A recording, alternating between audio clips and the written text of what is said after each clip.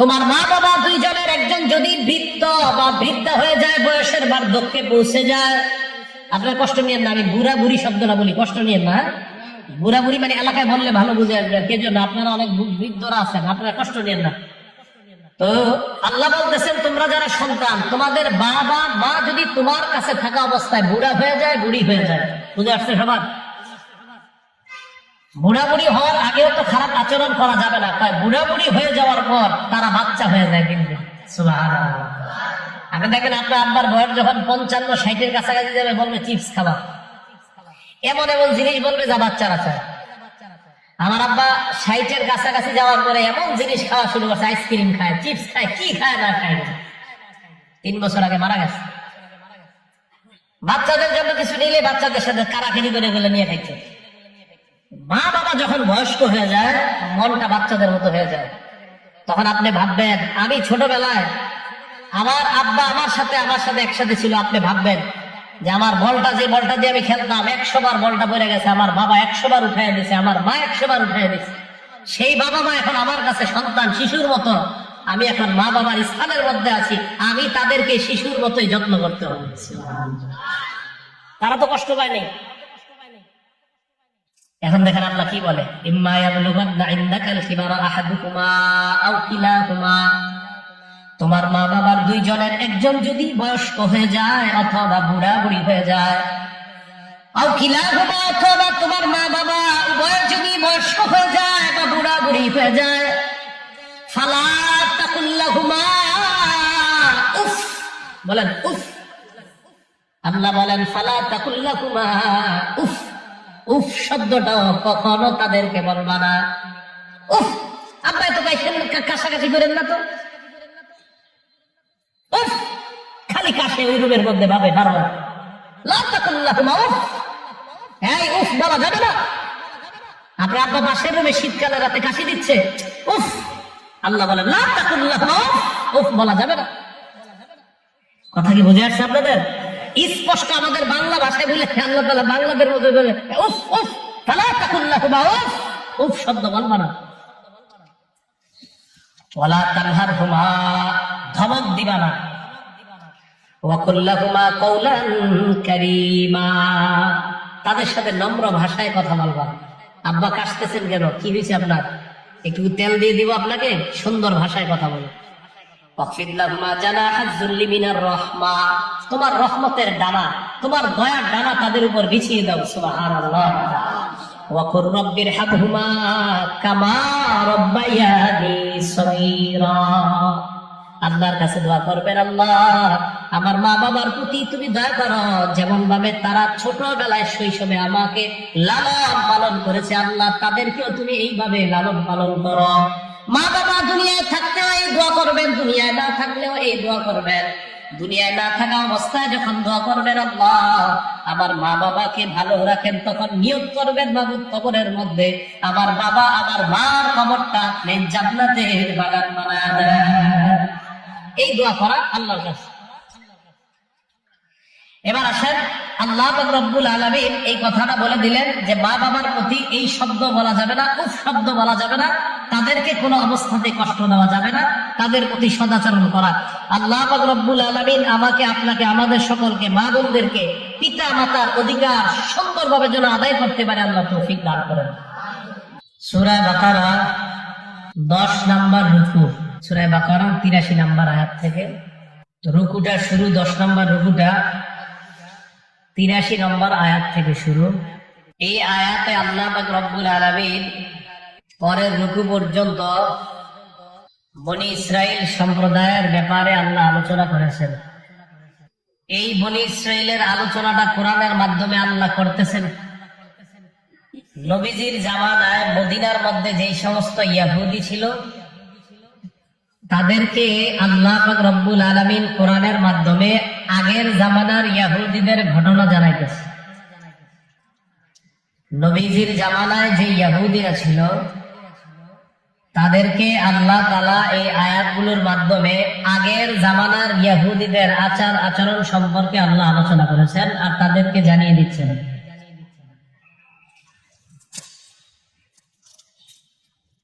সূরা বাকারার 83 নম্বর আয়াতে আল্লাহ বলেন, وَإِذْ أَخَذْنَا مِيثَاقَ بَنِي إِسْرَائِيلَ لَا تَعْبُدُونَ إِلَّا اللَّهَ। স্মরণ করুন ওই সময়কে, আখাযনা যখন আমি নিলাম, মিসাক অঙ্গীকার,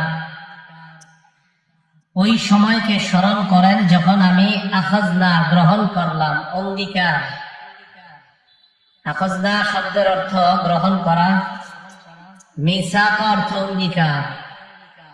বনি ইসরাঈল, বনি ইসরাঈল সম্প্রদায়ের অঙ্গীকার আমি যখন গ্রহণ করলাম, ওই সময়কে স্মরণ করুন। বনি সন্তান, ইসরা বান্দা, ইল আল্লাহ, তো ইসরাঈল মানে আল্লাহর বান্দা, বানি মানে সন্তান, আল্লাহর বান্দার সন্তান। আয়াতে ইসরাঈল দ্বারা উদ্দেশ্য ইয়াকুব আলাইহিস সালাতু ওয়াস সালাম। কোন নবী? ইয়াকুব। ইয়াকুব নবীর সন্তানদেরকে বনি ইসরাঈল বলা হয়। ইউসুফ নবী, দাউদ নবী, মুসা নবী, ওনাদেরকে বনি ইসরাঈলের নবী বলা হয়। আয়াতে আল্লাহ বলেন, আমি বনি ইসরাঈলের থেকে অঙ্গীকার গ্রহণ করলাম। 1 নাম্বার, লা তা'বুদুনা ইল্লাল্লাহ, তোমরা আল্লাহ ছাড়া অন্য কারো ইবাদত করবা না। মদিনার ইহুদিদেরকে আল্লাহ জানা দেন, নবী আপনি মদিনার ইহুদিদেরকে স্মরণ করায় দেন, আগের জামানার বনি ইসরাঈল তাদের কিতাবের মধ্যে আমি আল্লাহ অঙ্গীকার নিয়েছিলাম নবীর মাধ্যমে। 1 নাম্বার অঙ্গীকার, লা তা'বুদুনা ইল্লাল্লাহ, তোমরা আল্লাহ ছাড়া কারো ইবাদত করবা না। প্রথম অংশের শিক্ষা শুধু বনি ইসরাঈল নয়, লা তা'বুদুনা ইল্লাল্লাহ শিক্ষা হলো আমি আপনি আমরা সবাই যারা আল্লাহর বান্দা মনে করি, একত্ববাদে বিশ্বাস করি, আমাদেরকেও বলছে তোমরা এক আল্লাহ ছাড়া কারো ইবাদত করবা না। আমরা ইবাদত করি কার? আল্লাহ। কেন? সূরা জারিয়াতের 56 নম্বর আয়াতে আল্লাহ বলেন, ওয়ামা খালাকতুল জিন্না ওয়াল ইনসা ইল্লা লিয়াবুদুন, আমি মানুষ বানাইলাম, জিন বানাইলাম, লিয়াবুদুন, আমি আল্লাহর ইবাদত করার জন্য। এই আয়াতে আল্লাহ বললেন আল্লাহ ছাড়া কারা ইবাদত করবে না। অন্য আয়াতে বলেন আমি তোমাদেরকে বানাইছি ইবাদত করার জন্য। প্রশ্ন হয় মাবুদ কতদিন ইবাদত করব? সূরা হিজরের 99 নম্বর আয়াতে আল্লাহ বলেন, ওয়া'বুদ রাব্বাকা হাত্তা ইয়াতিয়াকাল ইয়াকিন, মরণ আসা পর্যন্ত তুমি তোমার রবের ইবাদত করবা। এই আয়াতে বললেন আল্লাহ ছাড়া কারো ইবাদত করবা না। আরেক আয়াতে বললেন তোমাদেরকে বানাইছি ইবাদতের জন্য, তাই ইবাদত করবা আমি আল্লাহ। আরেক আয়াতে আল্লাহ বলে দিলেন ইবাদত করবা মরণ পর্যন্ত, মরণ আসার আগ পর্যন্ত তোমার ইবাদত করা লাগবে। তাহলে বলেন, কেউ যদি বলে 2 রাকাত নামাজ পড়লে পড়ার মতো আর জিন্দেগিতে ইবাদত লাগবে না, কথাটা কি সঠিক না ভুল? 2 রাকাত নামাজ পড়ার মতো পড়লে আর ইবাদতের প্রয়োজন নাই। যদি বলে আল্লাহ বলছেন মরণ পর্যন্ত ইবাদত করো, যে বলবে ভণ্ড, প্রতারক। কারণ পীর যদি বলে, পীর মুরিদ উভয় ভণ্ড হিসাবে প্রমাণিত, কারণ ইবাদত হবে মরণ পর্যন্ত একমাত্র কার? আল্লাহ। আল্লাহর ইবাদত যে আমি আপনি আমরা করব, এই ইবাদত কবুলের শর্ত 2টা। আওয়াজ দিয়ে বলেন কয়টা? 2টা। 1 নাম্বার আল ইখলাস, একনিষ্ঠভাবে শুধু আল্লাহরই ইবাদত করা। আল্লাহ বলেন, ওয়ামা উমিরু ইল্লা লিয়াবুদুল্লাহ মুখলিসিনা লাহুদ্দিন। সূরা বাইয়িনায় আল্লাহ বলেন, ওয়ামা উমিরু ইল্লা লিয়াবুদুল্লাহ মুখলিসিনা লাহুদ্দিন, তাদেরকে আদেশ করা হয়েছে ইল্লা লিয়াবুদুল্লাহ মুখলিসিনা লাহুদ্দিন, আল্লাহর জন্য একনিষ্ঠভাবে যেন ইবাদত করি, এই আদেশ আমাদেরকে দিয়েছেন কে?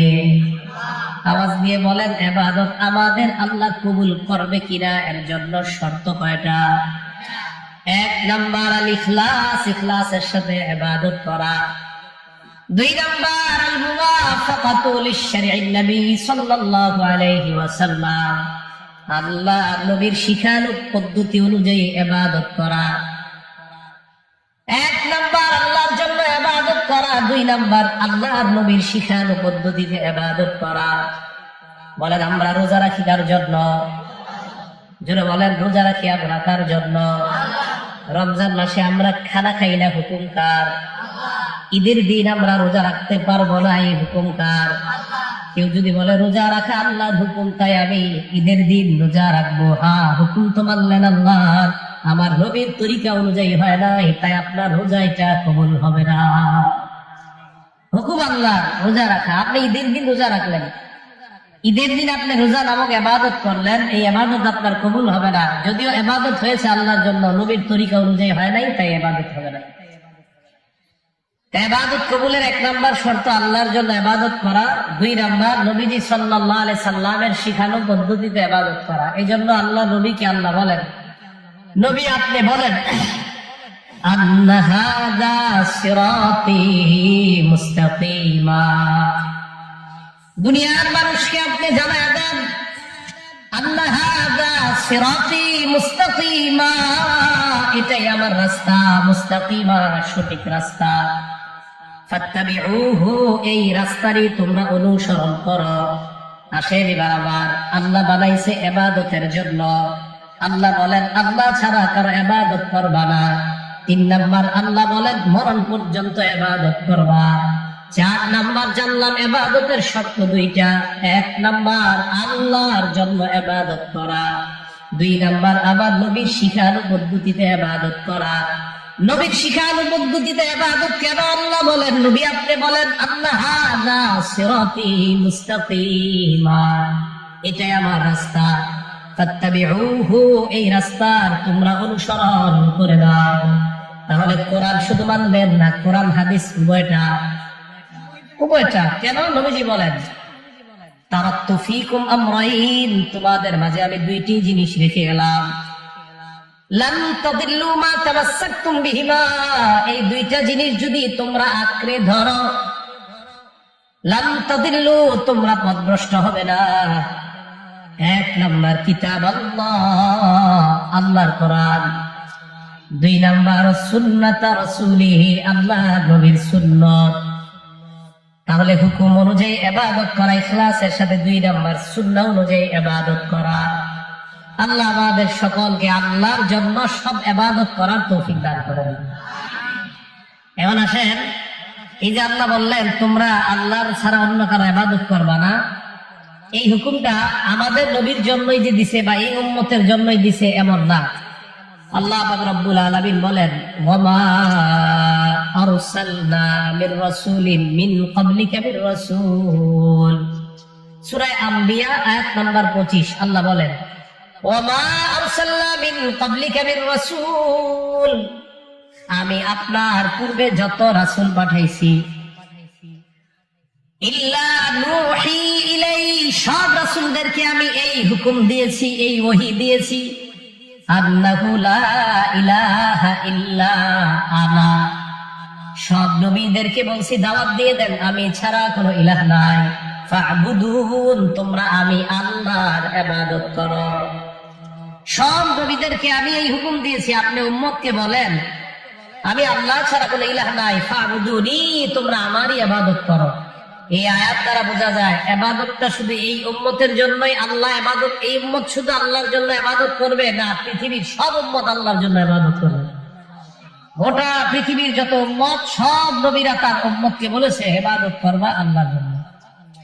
এখন দেখেন আল্লাহ পাক রব্বুল আলামিন বলেন ওয়ালাকাদ বা'আসনা ফি কুল্লি উম্মাতির রাসূলান আন ই'বুদুল্লাহা ওয়াজতানিবুত তাগুত, সূরা নাহল আয়াত নাম্বার 36 নম্বর আয়াত। আল্লাহ বলেন ওয়ালাকাদ বা'আসনা ফী কুল্লি উম্মাতির রাসূলা, আমি প্রত্যেক জাতির কাছে একজন রাসূল পাঠাইছি এই হুকুম দিয়ে, আনি ইবুদুল্লাহ, তোমরা আল্লাহর ইবাদত করো। প্রত্যেক জাতির মাঝে একজন রাসূল পাঠাইছি হুকুম দিয়ে, আনি ইবুদুল্লাহ, তোমরা আল্লাহর ইবাদত করো। ওয়াজতানিবুত তাগুত, তোমরা তাগুতকে পরিহার করো। তাগুত আজকে আমাদের আলোচনার বিষয় না, আমাদের প্রথম বিষয়টা ইবাদত, আল্লাহর ইবাদত করা। তাহলে এই জায়গায় দেখেন বলতেছে প্রত্যেক উম্মতের মাঝে একজন রাসূল পাঠাইছি হুকুম দিয়ে, আনি ইবুদুল্লাহ, তোমরা আল্লাহর ইবাদত করো। এই আয়াতে বুঝলাম ইবাদত হবে, আওয়াজ দিয়ে বলেন, একমাত্র কার? আল্লাহ।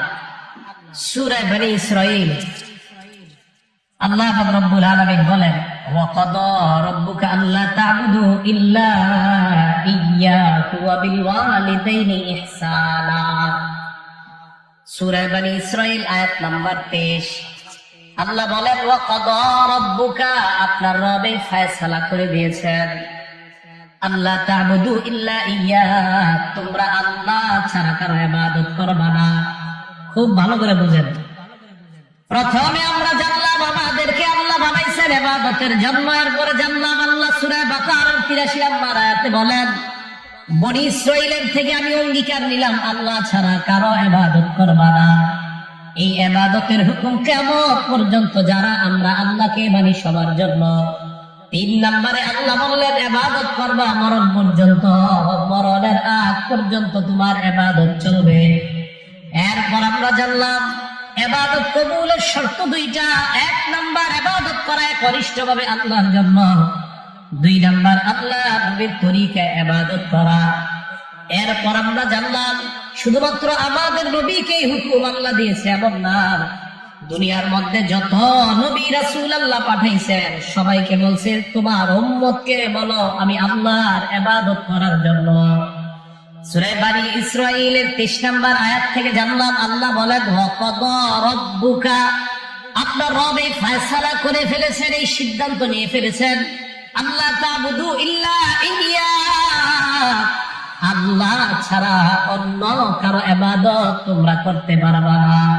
এবার আপনারা দিল থেকে আওয়াজ বলা উঁচু করে বলেন, ইবাদত হবে একমাত্র কার? আল্লাহ। এটাই বলছেন সূরা বাকারা 83 নম্বর আয়াতে, ওয়াইজ আখাযনা মিসাকা বনী ইসরাঈল লা তা'বুদুনা ইল্লাল্লাহ, আমি অঙ্গীকার নিলাম যে তোমরা আল্লাহ ছাড়া আর কারো ইবাদত করবে না। আল্লাহ বলেন, ওয়া ইলা সামুদ আখাহুম সালিহা, সামুদ জাতির নিকট আমি তাদের ভাই সালেহ নবীকে পাঠাইলাম এই হুকুম দিয়ে, উবুদুল্লাহ। সামুদ জাতিকে তাদের নবী সালেহ বলছে তোমরা আল্লাহর ইবাদত করো।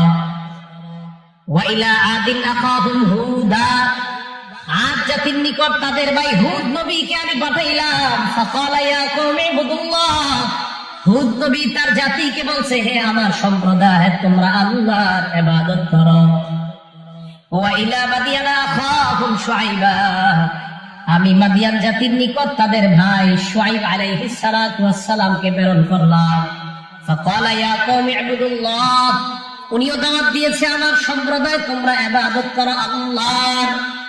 ওয়া লাকাদ আরসালনা নূহান ইলা কওমিহি ফালাবিসা ফীহিম আলফা সানাতিন ইল্লা 50 আমা, আমি নূহ নবীকে তার সম্প্রদায়ের মাঝে প্রেরণ করলাম, 950 বছর দাওয়াত দিছে ইবাদত করো আল্লাহর। হযরত নূহ নবী দাওয়াত দিলেন ইবাদত করো আল্লাহর, সামুদ জাতিকে সালেহ নবী বললেন ইবাদত করো আল্লাহর, হুদ নবী আদ জাতিকে বললেন ইবাদত করো আল্লাহর, শুআইব নবী মাদিয়ানবাসীকে বললেন ইবাদত করো আল্লাহর। আল্লাহ বলেন দুনিয়ার সব নবীকে পাঠাইলাম, সবাই বলছে লা ইলাহা ইল্লা আনা, আমি আল্লাহ ছাড়া কোনো ইলাহ নাই, ইবাদত করবা ফা'বুদুন, আমি আল্লাহর ইবাদত করো। তাহলে টোটাল বিষয়টা বুঝতে পারলাম, মরণ পর্যন্ত আমার আপনার দেহে যতদিন প্রাণ আছে ইবাদত হবে একমাত্র একজনের, তিনি বলেন আল্লাহ। মাশাআল্লাহ, বুঝে আসছে আপনাদের? কতগুলো আয়াতে সব বলতেছে আল্লাহ ইবাদত আমার ছাড়া অন্য কারো ইবাদত হবে না। সেই জন্য ইবাদতের ক্ষেত্রে আল্লাহর ইবাদতের ক্ষেত্রে অংশীদারিত্ব সাব্যস্ত করা যাবে না, শুধু আল্লাহর জন্য ইবাদত করা, অন্য কারোর জন্য ইবাদত না করা। এখন আপনারা একটা গরু জবাই করবেন, বলেন তো গরু জবাই করে গোস্ত বিলানো এটা একটা ভালো কাজ না? কোরবানি করা গোস্ত বিলানো ভালো কাজ না? এখন আপনি গরু জবাই করার সময় বললেন আল্লাহর নামে আর খাজা বাবার নামে জবাই করলাম, হ্যাঁ, শিরিক হয়ে যাবে। ইবাদত হবে একমাত্র একজনের জন্য, তিনি কে? আল্লাহ। এই ব্যাপারে আল্লাহ বলেন, কোন নবী আপনি বলেন ইন্না সলাতি আমার নামাজ, ওয়া নুসুকি আমার কুরবানি, ওয়া মাহইয়ায়া আমার জীবন, ওয়া মামাতি আমার মরণ লিল্লাহি রাব্বিল আলামিন বিশ্ব জগতের রব আল্লাহর জন্য।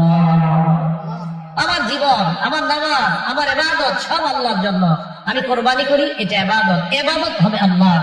আমি রোজা রাখি, এটা ইবাদত, এই ইবাদত হবে এটা আল্লাহর।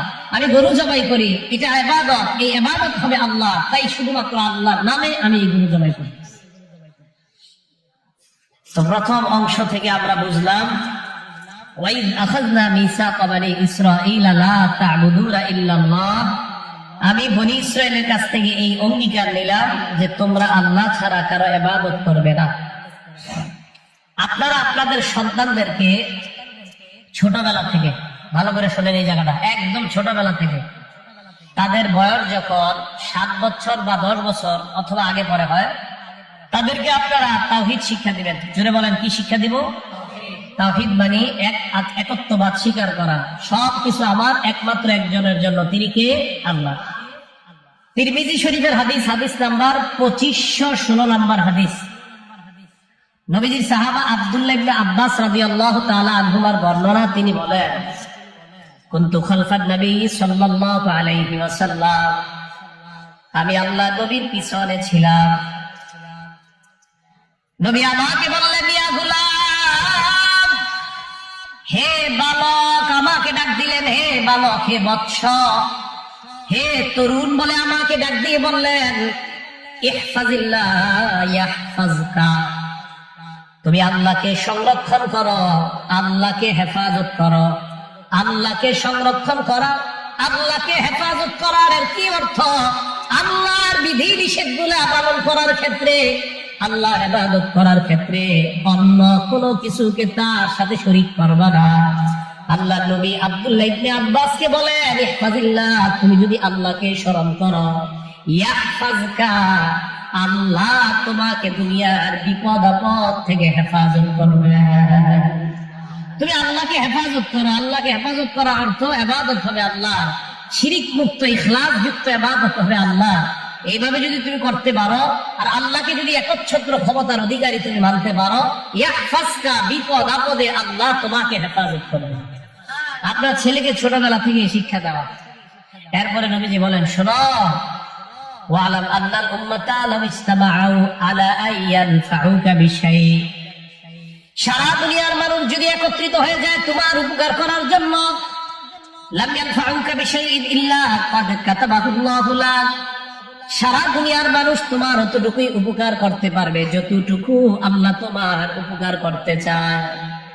সারা দুনিয়ার মানুষ যদি তোমার উপকার করতে চায়, সারা দুনিয়ার মানুষ ততটুকুই উপকার করতে পারবে যতটুকু আল্লাহ তোমার উপকার করতে চায়। এবার নবী বলেন, ওয়ালাউ ইজতামাউ আলা আইয়াদুররুকা বিশাইইন, সারা দুনিয়ার মানুষ যদি তোমার ক্ষতি করতে চায়, লাম ইয়াদুররুকা বিশাইইন ইল্লা ক্বাদ কাতাবাহুল্লাহু আলাইক, তোমার ততটুকুই ক্ষতি করতে পারবে যতটুকু আল্লাহ চায়, এর চাইতে বেশি ক্ষতি করতে পারবে না। এই জায়গায় আপনি আপনার সন্তানকে শিক্ষা দিয়ে দেন, উপকারের জিনিসগুলো আল্লাহর কাছে চেয়ে নাও, আর তোমার যেন ক্ষতি কেউ করতে না পারে আল্লাহর কাছে দোয়া করবা, আল্লাহ আমার জীবনের ভাগ্যে যেই খারাপ বিষয়গুলা লেখা, মেহেরবানি করে আমার ভাগ্য আপনি পরিবর্তন ঘটায় দেন। ভাগ্য দুই প্রকার, একটা হলো মুআল্লাক আর একটা মুবরাম। মুআল্লাক হলো যেটা ঝুলন্ত ভাগ্য, এটা পরিবর্তন করার সুযোগ আছে, সম্ভাবনা আছে। আল্লাহর কাছে দোয়া করে এটা পরিবর্তন করার চেষ্টা করা, যে আল্লাহ আমার যে ঝুলন্ত ভাগ্যগুলোর মধ্যে খারাপ যে কথাগুলা লেখা আছে, আল্লাহ এগুলাকে আপনি পরিবর্তন করে আমাকে ভালো ভাগ্যে রূপান্তরিত করে দেন। নবীজি বলেন, মুনাজাত আর দোয়ার মাধ্যমে সারা পৃথিবীর কেউ ভাগ্য পরিবর্তন করতে পারে না, কিন্তু দোয়ার মাধ্যমে ঝুলন্ত ভাগ্য আল্লাহ পরিবর্তন করবেন। আপনি যখন আপনার সন্তানকেও একমাত্র তাওহীদ শিক্ষা দিবেন যে আল্লাহ, আল্লাহ ছাড়া আর কেউ নাই, এটা শিক্ষা দেওয়ার পর সাথে সাথে এটা বলবেন, তোমার উপকার দুনিয়ার মানুষ অতটুকুই পারবে যতটুকু আল্লাহ চায়, তোমার ক্ষতি ততটুকু করতে পারবে যতটুকু আল্লাহ চায়। সাথে সাথে বলে দিবেন ক্ষতিটা যেন কেউ করতে না পারে, আল্লাহর কাছে দোয়া করবেন। আল্লাহ আমাদের সকলকে প্রথম যে অংশটা আমরা জানলাম, লা তা'বুদুনা ইল্লাল্লাহ, আল্লাহ ছাড়া কারা ইবাদত করা যাবে না, আমরা যেন কথাগুলো বুঝে শুনে ইবাদত একমাত্র আল্লাহর জন্যই করতে পারি। আল্লাহ তৌফিক দান করেন। 2 নাম্বার, ওয়াবিল ওয়ালিদাইনি ইহসানা, পিতা মাতার প্রতি সদাচরণ করা। আমি এই অঙ্গীকার নিলাম, ওয়াবিল ওয়ালিদাইনি ইহসানা, 2 নাম্বার, পিতা মাতার প্রতি সদাচরণ করো। সূরা বনী ইসরাঈলের মধ্যে আল্লাহ বলছে, আল্লাহ ফয়সালা করছে আল্লাহ ছাড়া কারো ইবাদত করবে না আর পিতা মাতার আনুগত্য করবা, এই ফয়সালা আল্লাহ করে দিয়েছেন। এই আয়াতে আল্লাহ 1 নম্বরে বললেন আল্লাহ ছাড়া কারো ইবাদত করা যাবে না, 2 নম্বরে বললেন ওয়াবিল ওয়ালিদাইনি ইহসানা, পিতা মাতার আনুগত্য করো, পিতা মাতার প্রতি সদাচরণ করো। আল্লাহ পাক রব্বুল আলামিন পবিত্র কোরআনে বলেন, মন দিয়ে শুনবো, ওয়াসাইনাল ইনসানা বিওয়ালিদাইহি ইহসানা।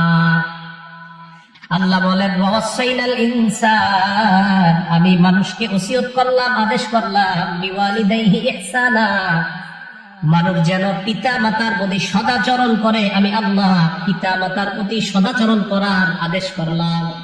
এটা এক জায়গায় আল্লাহ বলেন। আরেক আয়াতে আল্লাহ বলেন ওয়াসাইনাল ইনসানা বিওয়ালিদাইহি হুসনা, এক জায়গায় বললেন ইহসানা, আরেক জায়গায় বললেন হুসনা। আমি আল্লাহ মানুষকে আদেশ করলাম মানুষ যেন পিতা মাতার প্রতি সদাচরণ করে, এই হুকুম আমি আল্লাহ করলাম। সূরা আহকাফের 15 নম্বর আয়াতে আল্লাহ বললেন ইহসানা, আমি আল্লাহ মানুষকে বললাম পিতা মাতার প্রতি সদাচরণ করার জন্য। এই আয়াতে আল্লাহ ইহসানা বললেন, ইহসান অর্থ সদাচরণ করা। 20 নম্বর পারায় আল্লাহ বলেন হুসনা, ওয়াসাইনাল ইনসানা বিওয়ালিদাইহি হুসনা। 2টা জায়গা কেন বললাম মন দিয়ে শুনেন।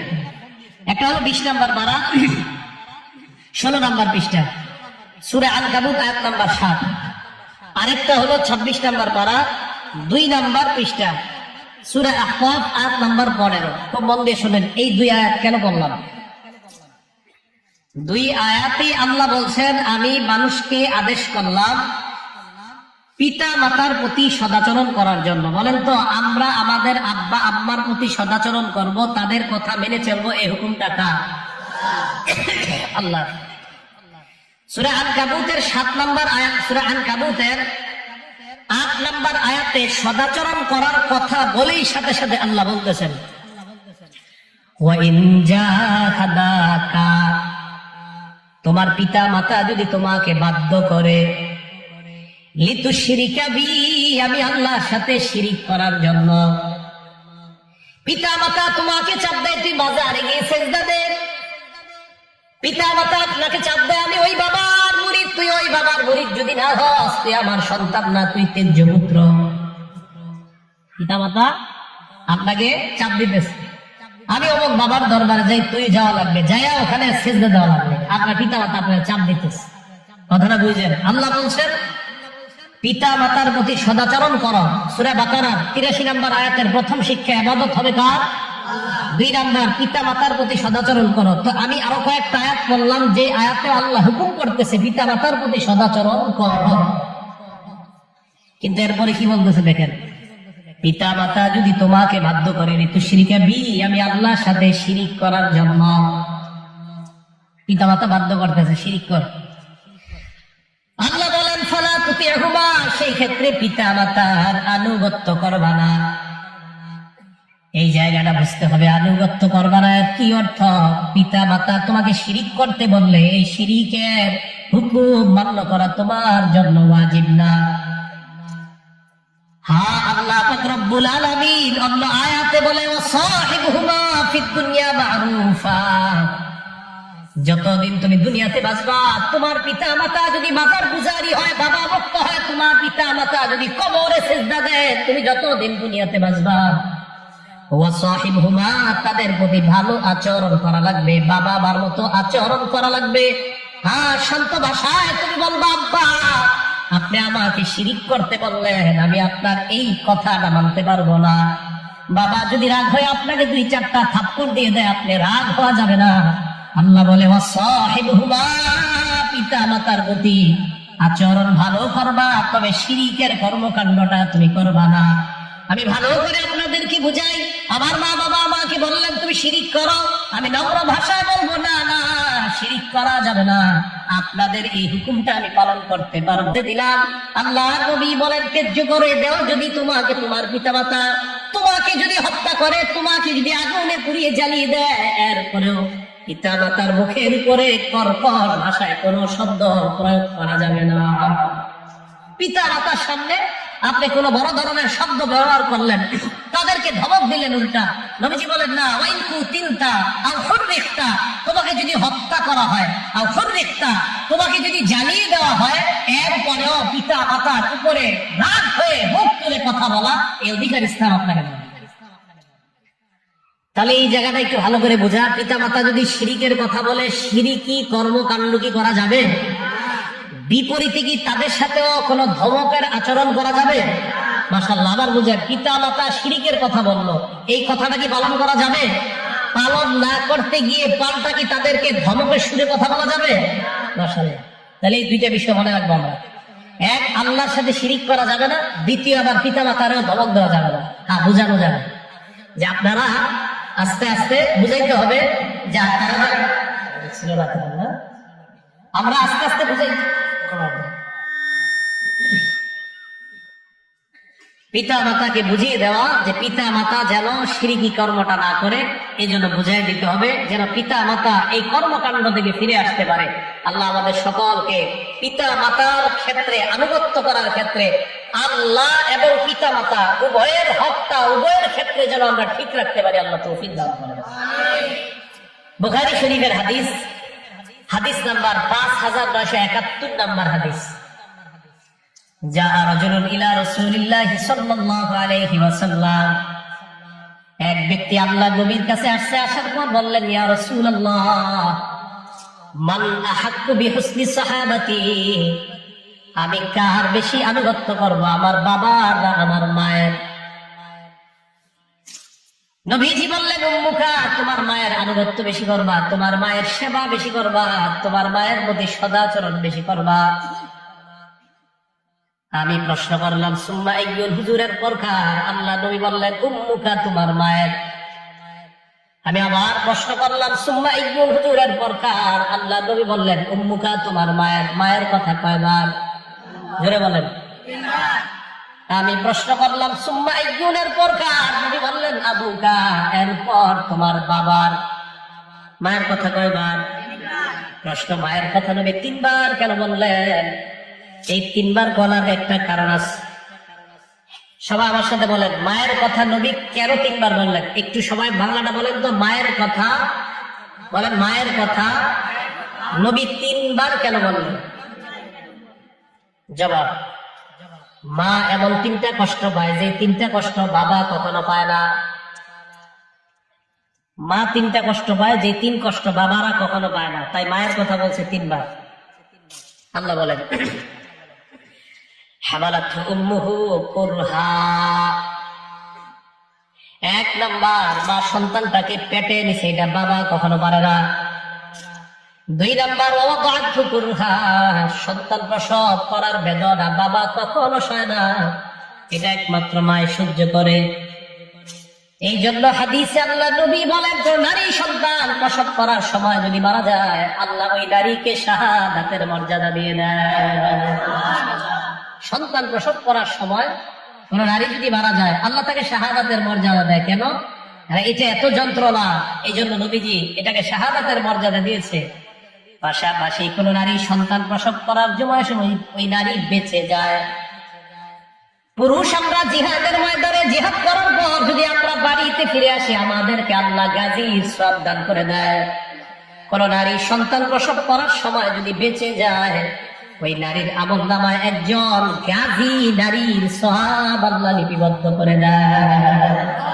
গাজী বেঁচে গেছে। এক নাম্বার পেটে ধারণ করার কষ্ট, 2 নাম্বার প্রসব বেদনার কষ্ট, 3 নাম্বার হামলুহু ওয়া ফিসালুহু 30 শাহরা, মা সন্তানকে দুধ পান করায়, দুধ পান করানোর কষ্ট। একটা নাই, দুইটা নাই, তিনটা নাই, বাচ্চা কান্না করতে দেরি মা সাথে সাথে লাফ দিয়ে উঠে সন্তানটাকে দুধ পান করায়, বাবা কখনো এই কষ্টটা করে না। 1 নাম্বার পেটে সন্তান নেয়, এটা বাবা কখনো নেয় না। 2 নাম্বার সন্তান প্রসব করে মা, বাবা কখনো করে না। 3 নাম্বার মা দুধ পান করায়, বাবা দুধ পান করায় না। তাহলে বলেন তো মা কয়টা কষ্ট অতিরিক্ত করে যে 3টা কষ্ট বাবা করে না? যেটা বলেন মা কয়টা কষ্ট করে? কোন পুরুষ কি সন্তান পেটে নেয়? কোন পুরুষ কি সন্তান প্রসব করে? কোন পুরুষ কি তার সন্তানকে বুকের দুধ পান করায়? যেহেতু পুরুষ সন্তান প্রসব করতে পারে না, পুরুষ সন্তান ধারণ করতে পারে না, পুরুষ সন্তানকে বুকের দুধ পান করাইতে পারে না, এই জন্য ইসলাম বলে নারী পুরুষ কখনো সমান অধিকার হতে পারে না। ইসলাম এই জন্যই বলে নারী পুরুষ সমান অধিকার না। যদি বলেন সমান অধিকার, তো মা বলবে আমি প্রথম সন্তানটা পেটে নিছি, দ্বিতীয়টা আপনি নেন। হ্যাঁ, এটাই তো সমান অধিকারের যুক্তি হবে। প্রথম সন্তান মা যদি নেয়, দ্বিতীয়টা বাপে, তৃতীয়টা মা, চতুর্থটা বাবা। এই জন্য ইসলাম নারী পুরুষের ক্ষেত্রে ব্যবধান, এটা কি ইসলাম অনুযায়ী নাকি যুক্তিও বলে ব্যবধান হওয়া দরকার? ব্যবধান হওয়া দরকার। তো নবীজি 3 বার মায়ের কথা কেন বলছে সবার মনে থাকবো তো ইনশাআল্লাহ। পেটে ধারণের কষ্ট, প্রসব বেদনার কষ্ট, দুধ পান করানোর কষ্ট, এই 3 কষ্ট বাবা পায় না। তাই নবী বলছে তোমার মা, তোমার মা, তোমার মা, চতুর্থবারে বলছে তোমার বাবা। মুসনাদ আহমদ হাদিস নাম্বার 17187 নাম্বার হাদিস। قال رسول الله صلى الله عليه وسلم, আল্লাহ নবী বলেন ইন্নাল্লাহা ইউসিকুম বিল উম্মাহাতি সালাস, আল্লাহ তোমাদেরকে ওসিয়ত করেছেন মায়ের ক্ষেত্রে 3 বার। 3 এর অর্থ হলো এর মানে তোমার মাকে যেন তুমি সেবা করো, মায়ের শুশ্রূষা করো, মায়ের প্রতি সদাচরণ করো, এই হুকুমটা তোমার ক্ষেত্রে আল্লাহর পক্ষ থেকে আসছে 3 বার। সাবধান সন্তান, মাকে সুখে রাখতে গিয়ে আবার বাবাকে যেন কখনো কষ্ট না দেন, এটাও মনে রাখতে হবে। বাবার কষ্টগুলোও কিন্তু কম না।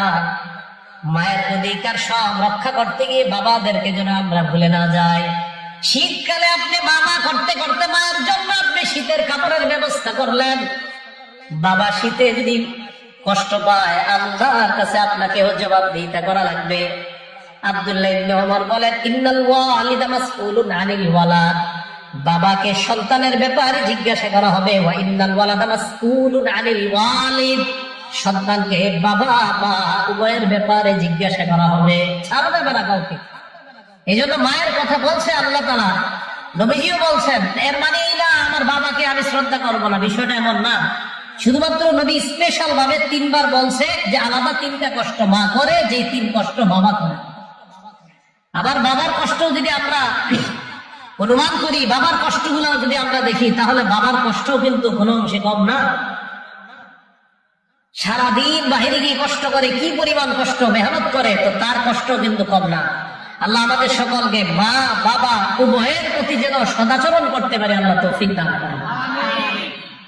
নবীজি সাল্লাল্লাহু আলাইহি সাল্লামের এক সাহাবা নবীজির কাছে আসছে, হাদিসটা মুসনাদে আহমদে আছে, 15538 নম্বর হাদিস। নবীজির সামনে আসছে, নবীজির সামনে আসার পরে কয় ইন্নী আরাদতুল জিহাদ ইয়া রাসূলুল্লাহ মাকা, হুজুর আমি আপনার সাথে জিহাদের ময়দানে গিয়ে একসাথে থেকে জিহাদ করতে চাই। নবী কয় আমার পাশে থেকে জিহাদ করবা কেন, তোমার কি নিয়ত বলো, আমার সাথে জিহাদ করার কি লাভ? সাহাবা জবাব দেয় ইয়া রাসূলুল্লাহ আবতাগি বিযালিকা ওয়াজহাল্লাহ ওয়াদ দারাল আখিরাহ, আমি আপনার পাশে থেকে জিহাদ করতে চাই, একমাত্র আল্লাহর সন্তুষ্টি চাই। 2 নাম্বার মরণের পর আমার আখিরাত যেন সুন্দর হয়ে যায়, আমি আপনার সাথে থেকে জিহাদ করতে চাই। নবীজি কয় তাই? হ্যাঁ। হাইয়াতুল উম্মাহ, তোমার মা জীবিত আসেনি? জি হুজুর আছে। নবী বললেন যাও যাও ইরজি ফামাররা উম্মা, যাও মায়ের সেবা করো। সাহাবা বলেন আমি নবীর আরেক পাশে গেলাম, গিয়ে বললাম হুজুর আমি আপনার সাথে একসাথে জিহাদের ময়দানে জিহাদ করতে চাই। আল্লাহ নবী বললেন আহাইয়াতুল উম্মুক, তোমার মা জীবিত নেই?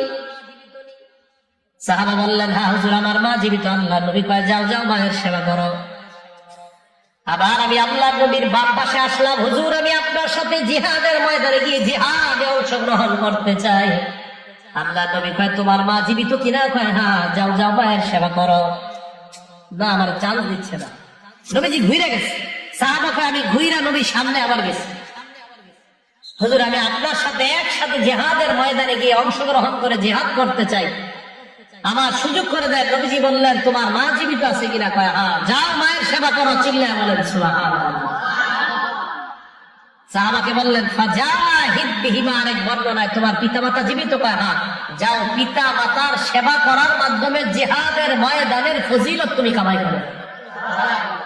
আল্লাহ বললেন লা তা'বুদুনা ইল্লাল্লাহ, আল্লাহ ছাড়া কারো ইবাদত করবা না। ওয়া বিল ওয়ালিদাইনি ইহসানা, পিতা মাতার প্রতি সদাচরণ করো। মুসনাদ আহমদ হাদিস নাম্বার 25337 নাম্বার হাদিসের বর্ণনা। আল্লাহ নবী বলেন আমি ঘুমাইলাম, ঘুমের মধ্যে দেখলাম রাআইতুনি ফিল জান্নাহ, আমি ঘুমের মধ্যে দেখলাম আমি আল্লাহ জান্নাতের মধ্যে ঘুরে বেড়াই। নবীজি বলেন আমি ঘুমে আমি দেখলাম আমি জান্নাতে। মন দিয়ে শুনে এই জায়গাটা। হঠাৎ সামিআতু সাওতা কারিন, একজন মানুষের কণ্ঠের আওয়াজ আমার কানে পাইলাম। আমি হঠাৎ বুঝতে পারলাম এই মানুষটা আল্লাহর কোরআন তেলাওয়াত করতেছে। সুবহানাল্লাহ। আমি জান্নাতে বিচরণ করতেছি, একজনের তেলাওয়াতের আওয়াজ পেলাম কানে। নবীজি বলেন ঘুমের মধ্যে আমি বললাম কে এটা? জবাব দেওয়া হয় হারেসা ইবনে নুরমান। নাম কি? হারেসা। বলেন কি নাম? সবাই বলেন হারেসা। কি নাম? হারেসা ইবনে নুরমান। এটা ইয়া রাসূলুল্লাহ। আল্লাহ নবী কয় সর্বনাশ, কি ফজিলত, জান্নাতের মধ্যে আইসা তার কোরআনের আওয়াজ আমি পাই। প্রশ্ন করলাম কেন? জবাব দেওয়া হয় কাযালিকাল বিররু কাযালিকাল বিররু কাযালিকাল বিররু। কয় মা বাবার সেবা করলে এটাই ফায়দা, মা বাবার সেবা করলে এটাই ফায়দা, মা বাবার সেবা করলে এটাই ফায়দা। আল্লাহ নবী কয় কানা আহাক্কুন নাসি বিউম্মিহি অথবা আবাররুন নাসি বিউম্মিহি। আল্লাহ নবী কয় এই হারেসা তার মায়ের বড় পাগল ছিল, মায়ের বড় সেবা করত, এই জন্য আমি জান্নাতে গিয়ে তার কণ্ঠে কোরআনের আওয়াজ শুনতে পাই।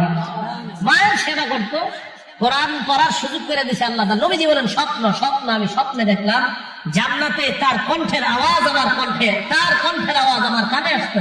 আমি বললাম কেন? কাযালিকাল বিররু কাযালিকাল বিররু। মা বাবার প্রতি সদাচরণের পুরস্কার এমনই, মা বাবার প্রতি সদাচরণের পুরস্কার এমনই। এই ছেলেটা মায়ের খুব সেবা করত, মায়ের খুব শুশ্রূষা করত, আল্লাহ খুশি হইয়া জান্নাতে তাকে কোরআন পড়ার ব্যবস্থা করেন। এই কথাটা আল্লাহ বললেন। কি বললেন? এক নাম্বার লা তা'বুদুনা ইল্লাল্লাহ, আল্লাহ ছাড়া কারো ইবাদত করবা না। ওয়া বিল ওয়ালিদাইনি ইহসানা, পিতা মাতার প্রতি সদাচরণ করবা। 2 তয়ালাসা ইবনে মাইয়াস, মনে থাকবে না আপনাদের? আল্লাহ জানে। তয়ালাসা ইবনে মাইয়াস। কি নাম? আব্দুল্লাহ ইবনে ওমর রাদিয়াল্লাহু তাআলা আনহুর ছাত্র। উনি আব্দুল্লাহ ইবনে ওমরের কাছে গেছে। যাওয়ার পর কয় হুজুর আসবতু যুনুবান, আমার বড় বড় অপরাধ হয়ে গেছে। তোকে কি হইছে? কলা আরা খিলাফাহা। হুজুর আমার অপরাধের বিপরীতে আমি কি করবো, আমার কিছুই বুঝে আসতেছে না। আব্দুল্লাহ ইবনে ওমর কয় তুমি কি কইতে চাও সেটা বলো। আসবতু যুনুবান, আমি বড় বড় অপরাধ করছি হুজুর। আরাহা মিনাল কাবাইর, আমার অপরাধটা মনে হয় কবিরা গুনার অন্তর্ভুক্ত। আব্দুল্লাহ ইবনে ওমর বলেন অপরাধটা কি আমার কাছে বলো। ইবনে মাইয়াস জবাব দিলেন কাযা ওয়া কাযা, অপরাধ ওইটা ওইটা। এই জায়গাটা একটু বুঝেন। ওস্তাদ জিজ্ঞাসা করলেন ছাত্রকে কি করছো? অপরাধ। অপরাধটা কি? কয় ওইটা ওইটা। অপরাধের কথা কিন্তু উল্লেখ করে নাই, অপরাধের কথাটা উল্লেখ করে নাই। মানে কি বুঝলাম? কোন আল্লাহওয়ালা পীর সাহেবের কাছে আমরা কোন অপরাধের কথা বললে বাহিরের কারো কাছে বলা যাবে না অপরাধ গুলা কি করছে। কোন আল্লাহ ওয়ালা পীর সাহেবের কাছে আমরা গেলে মনে করেন বায়াত হইলাম, বায়াত হওয়ার পর উনি বলবে তুমি কি কি অপরাধ করো না করো জানাও, তো আমি আমার অপরাধ গুলো ওনাকে বলবো, বলার পর আপনারা যে জিজ্ঞাসা করবেন কি কি বলছেন, তো আমি বলবো এটা সেটা বিভিন্ন কিছু বলছি, কিন্তু অপরাধ গুলা কি এটা বলা যায় না। বুঝাইতে পারি না। এই যে ওস্তাদ ছাত্রের বললো কি কি অপরাধ করছো, হুজুর এটা সেটা এটা সেটা কি বলেনি, তার মানে ওস্তাদ তো জানে, ছাত্র তো বলছে, হুজুরও তো বলছে এটা এটা, কিন্তু ছাত্র এই বর্ণনার মধ্যে গুনাগুলার কথা আমার জানাই নাই, বলছে আমার হুজুরকে বললাম আমি এটা করছি সেটা করছি। তার মানে আপনি কোন আল্লাহর হাতে বায়াত হওয়ার পর গুনাহ প্রকাশ করলে শুধু উনি জানবে আর আপনি জানবেন, অন্য কেউ যেন এটা না জানে। আব্দুল্লাহ ইবনে ওমর বললেন কি কি করছো, এটা এটা করছি। আব্দুল্লাহ ইবনে ওমর শুই না কয় না না এগুলা তেমন কোনো বড় অপরাধ না, তুমি চিন্তা করবা না। কি বলেন, আমি তো টেনশনে শেষ। তোমার বাবা আছে কিনা, কয় না হুজুর আমার বাবা নাই। কে আছে তোমার, কয় ইন্দি উম্মি আমার মা আছে। বাবা নাই, কয় না যাও মার কাছে যাও। মার কাছে গেলে কি হবে, লাউ আদামতালাহাল কালাম, মায়ের সাথে নম্র ভাষায় কথা বলবা, সুবহানাল্লাহ। ওয়া আতআমতাহাত তাআম, মাকে খাওয়াইবা। লাতাদখুলান্নাল জান্নাত, তুমি দুনিয়াতে থাকতে আল্লাহর জান্নাতের সুসংবাদ নাও। শুধু তাই নয়, তুমি যে গুনাহগুলার আশঙ্কা করতেছো, টেনশনের মধ্যে আছো, মায়ের সেবা করো, মাকে খাওয়াও, মায়ের শুশ্রূষা করো, আল্লাহ তোমার এই সেবার কারণে তোমার গুনাহ আল্লাহ মাফ করে দিবে। মা বাবার সেবা করা গুনাহ মাফ করার কারণ। এটি আল্লাহ বললেন মা বাবার প্রতি সদাচরণ করো, তাদের প্রতি কখনো কোনো খারাপ আচরণ করা যাবে না। সদাচরণের মোটামুটি ছোট্ট একটা কথা আল্লাহ পাক রব্বুল আলামিন সূরা বনী ইসরাঈলের 23 নম্বর আয়াতে আল্লাহ বলেন, খুব মন দিয়ে শুনবো আমরা।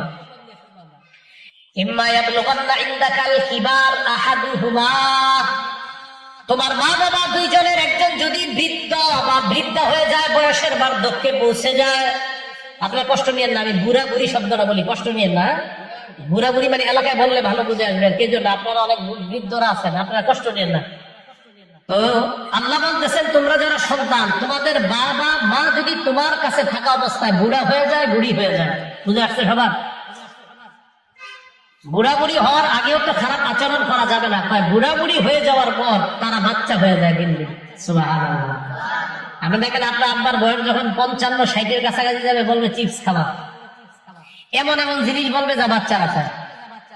আমার আব্বা 60-এর কাছাকাছি যাওয়ার পরে এমন জিনিস খাওয়া শুরু করছে, আইসক্রিম খায়, চিপস খায়, কি খায় না খায়। 3 বছর আগে মারা গেছে। বাচ্চাদের জন্য কিছু নিলে বাচ্চাদের সাথে কারাকারি করে গেলে নিয়ে থাকছে। মা বাবা যখন বয়স্ক হয়ে যায়, মনটা বাচ্চাদের মতো হয়ে যায়, তখন আপনি ভাববেন আমি ছোটবেলায় আমার আব্বা আমার সাথে একসাথে ছিল, আপনি ভাববেন যে আমার বলটা, যে বলটা দিয়ে আমি খেলতাম, 100 বার বলটা পড়ে গেছে, আমার বাবা 100 বার উঠাই দিয়েছে, আমার মা 100 বার উঠাই দিয়েছে। সেই বাবা মা এখন আমার কাছে সন্তান, শিশুর মতো। আমি এখন মা বাবার স্থানের মধ্যে আছি, আমি তাদেরকে শিশুর মতোই যত্ন করতে হবে। তারা তো কষ্ট পায়নি। এখন দেখেন আল্লাহ কি বলে, ইম্মা ইয়াবলুগান্না ইনদাকাল কিবারা আহাদুহুমা আও কিলাহুমা, তোমার মা বাবার দুইজনের একজন যদি বয়স্ক হয়ে যায় অথবা বুড়া বুড়ি হয়ে যায়, আও কিলাহুমা, অথবা তোমার মা বাবা উভয় যদি বয়স্ক হয়ে যায় বা বুড়া বুড়ি হয়ে যায়, ফালা তাকুল্লাহুমা উফ, বলেন উফ। আল্লাহ বলেন ফালা তাকুল্লাহুমা উফ, উফ শব্দটাও কখনো তাদেরকে বলবা না। উফ, আপনারা তো কাছাকাছি করেন না তো, উফ খালি কাশে ওই রুমের মধ্যে ভাবে বারবার, লা তাকুল্লাহুমা উফ, এই উফ বলা যাবে না। আপনার আব্বা পাশের রুমে শীতকালে রাতে কাশি দিচ্ছে, উফ, আল্লাহ বলেন লা তাকুল্লাহুমা উফ, উফ বলা যাবে না। কথা কি বুঝে আসছে আপনাদের? স্পষ্ট আমাদের বাংলা ভাষায় বলে আল্লাহ তাআলা বাংলাদের মধ্যে বলে উফ উফ, ফালা তাকুল্লাহুমা উফ, উফ শব্দ বলবা না। ওয়ালা তানহারহুমা, ধমক দিবা না। ওয়া কুল্লাহুমা কাওলান কারীমা, তাদের সাথে নম্র ভাষায় কথা বলবা। আব্বা কাশতেছেন কেন, কি হয়েছে আপনার, একটু তেল দিয়ে দিব আপনাকে, সুন্দর ভাষায় কথা বলো। ওয়াকফিদ লাহুমা জানাহাজ যুল্লি মিনার রাহমা, তোমার রহমতের ডানা, তোমার দয়ার ডানা তাদের উপর বিছিয়ে দাও। সুবহানাল্লাহ। ওয়াকুর রব্বিরহামহুমা কামা রাব্বায়ানি সগীরা। আল্লাহর কাছে দোয়া করবেন, আল্লাহ আমার মা বাবার প্রতি তুমি দয়া করো, যেমন ভাবে তারা ছোটবেলায় শৈশবে আমাকে লালন পালন করেছে, আল্লাহ তাদেরকেও তুমি এইভাবে লালন পালন করো।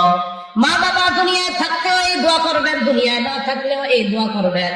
দুনিয়ায় না থাকা অবস্থায় যখন দোয়া করবেন, আল্লাহ আমার মা বাবাকে ভালো রাখেন, তখন নিয়ত করবেন বাবু কবরের মধ্যে আমার বাবা আমার মার কবরটা আপনি জান্নাতের বাগান বানায় দেন।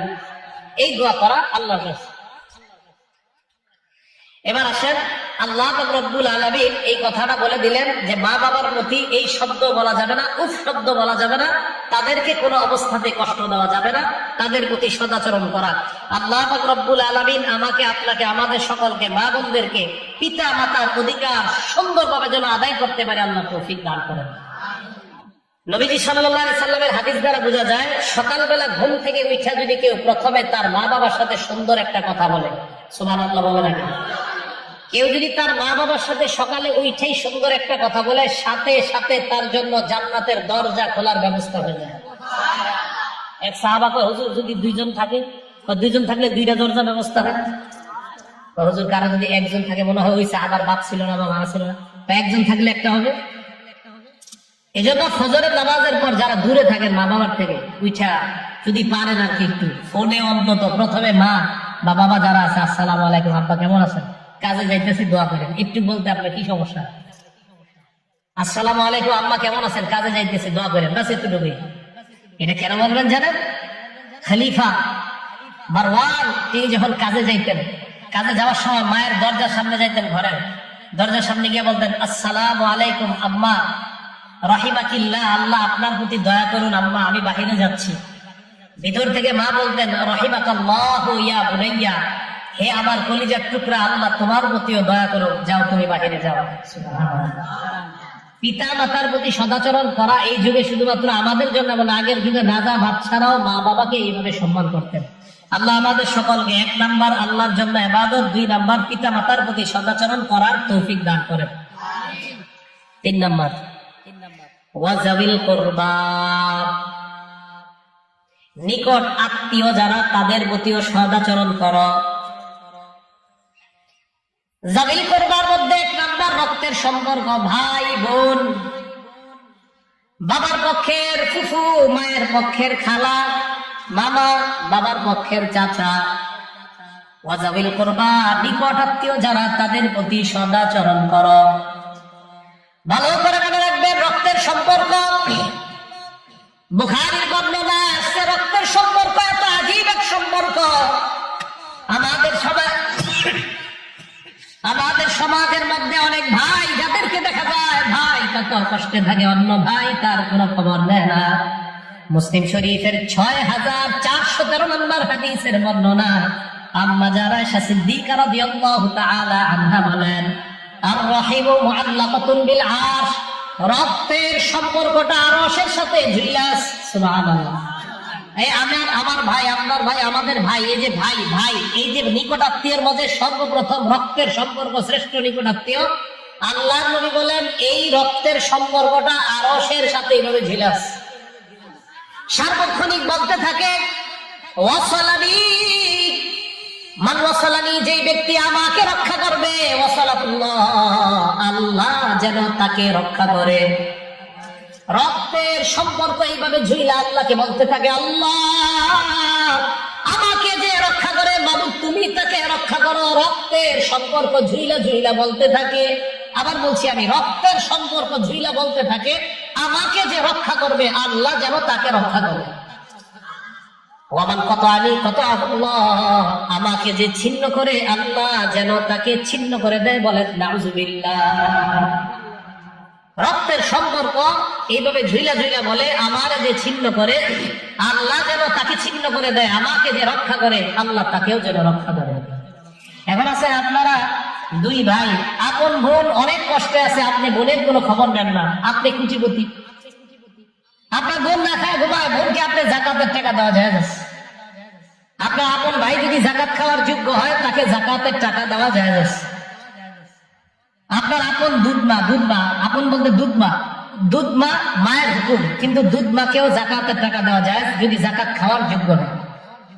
হাদিসের মধ্যে আসছে নবীজি বলেন, কেউ যদি তার নিকট আত্মীয়কে যাকাত দেয়, ভাইকে যাকাত দেয় আর ভাই যাকাত খাওয়ার যোগ্য, সেক্ষেত্রে অন্য কোন গরিবকে যাকাত দিলে তার যে পরিমাণ সওয়াব হবে, তার আপন ভাইকে যাকাত দিলে আল্লাহ তাকে ডাবল সওয়াব দেবেন। একটা হলো যাকাত দেওয়ার সওয়াব, আর একটা হলো ভ্রাতৃত্ব রক্ষা করার সওয়াব, আত্মীয়তার সম্পর্ক রক্ষা করার সওয়াব। আল্লাহ আমাদের সকলকে রক্তের সম্পর্ক যেন আমরা রক্ষা করতে পারি, আল্লাহ তৌফিক দান করেন। রক্তের সম্পর্ক ঝুলে ঝুলে এটা বলে বুখারী শরীফের 5986 নম্বর হাদিস।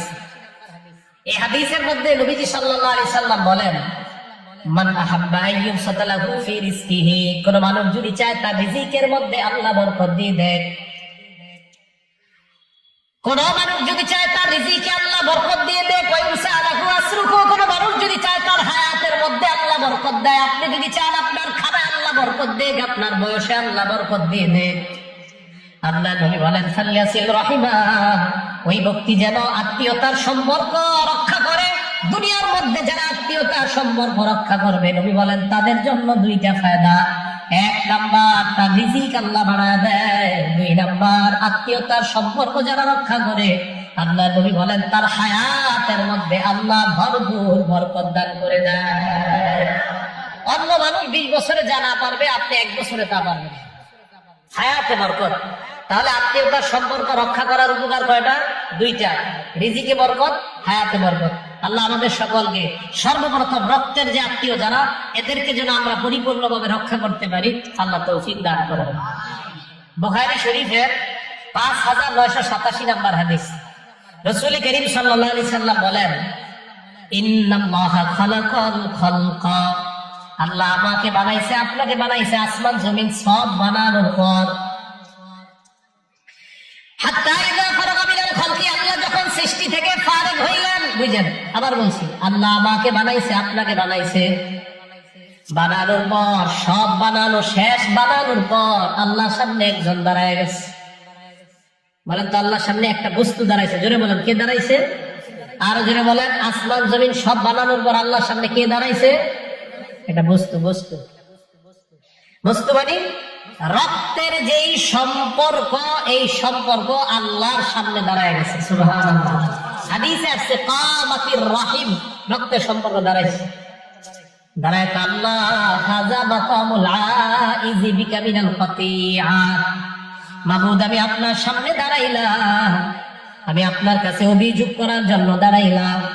আল্লাহ বলে, কিসের অভিযোগ? ওই রক্তের সম্পর্কটা বলবে, আল্লাহ আমার ভয় হয়, আমাকে দুনিয়ার মানুষ রক্ষা করবে না, এই ব্যাপারে আপনার কাছে অভিযোগ করার জন্য দাঁড়াইলাম।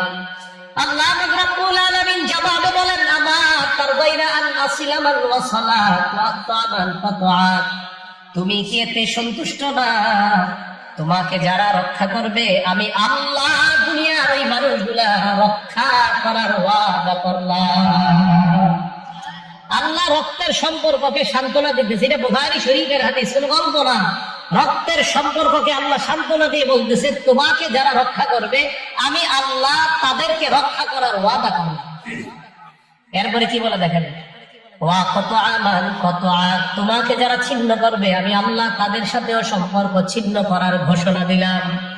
ভাই ভাইকে দেখতে পারে না, ভাই বোনের খবর দেয় না, ভাতিজা চাচার খবর দেয় না। ভাতিজা যারা আছেন, আপনার চাচার কি দোষ? সেদিন একজনে কয়, হুজুর আমার আব্বার আমার চাচার 40 বছর যাবৎ সম্পর্ক ভালো না, তাই চাচারে দেখতে পারি না। আমি বললাম, আপনার আর আপনার বাবা আর চাচার সম্পর্ক খারাপ, আপনার কি সমস্যা?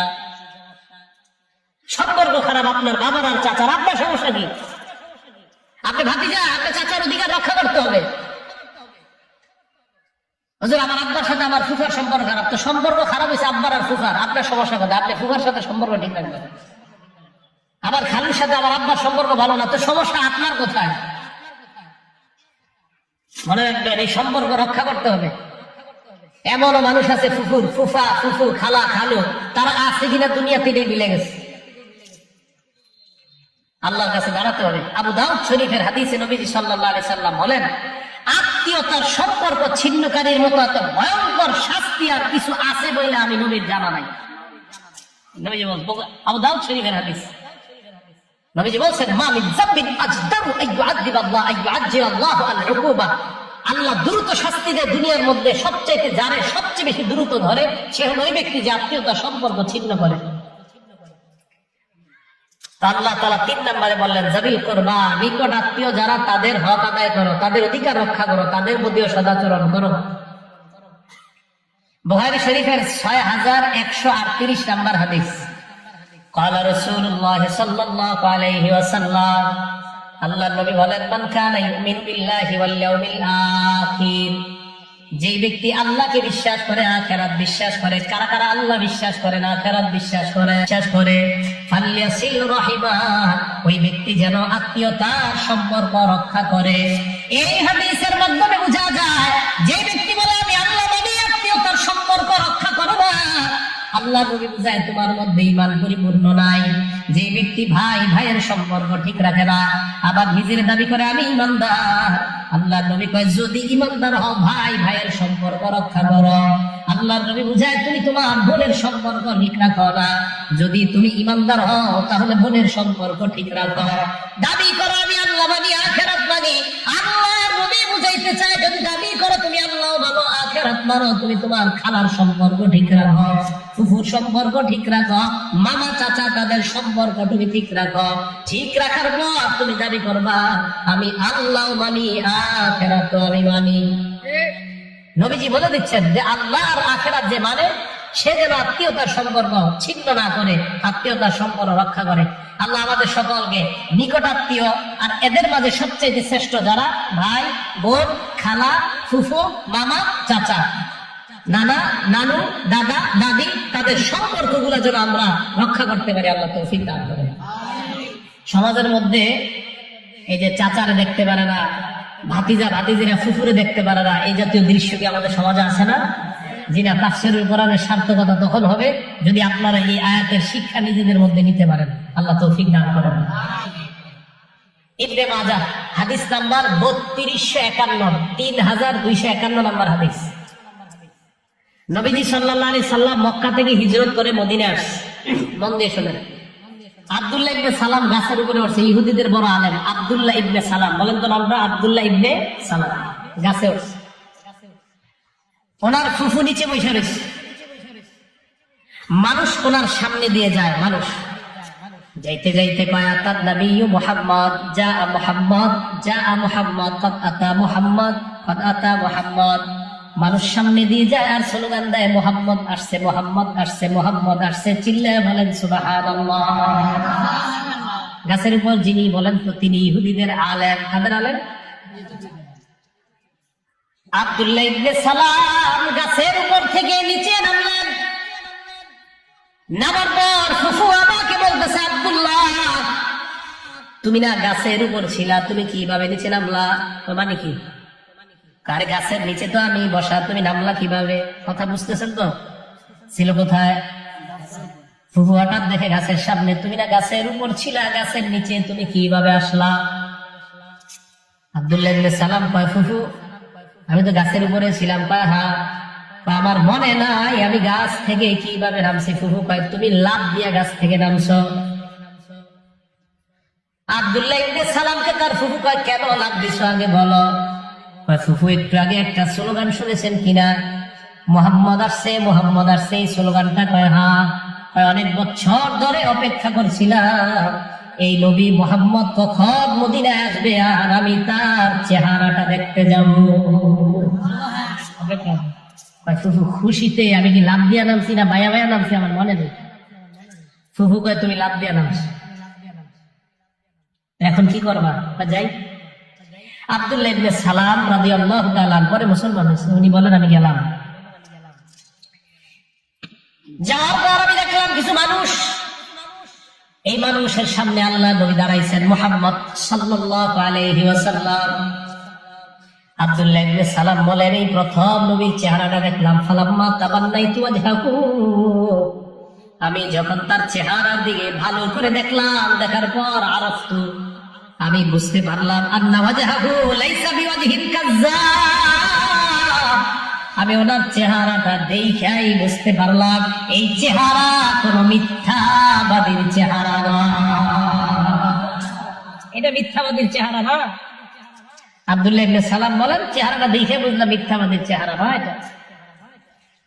উনি আমাদের সামনে দাঁড়াইলেন, দাঁড়ায় ভাষণ দেওয়া শুরু করলেন।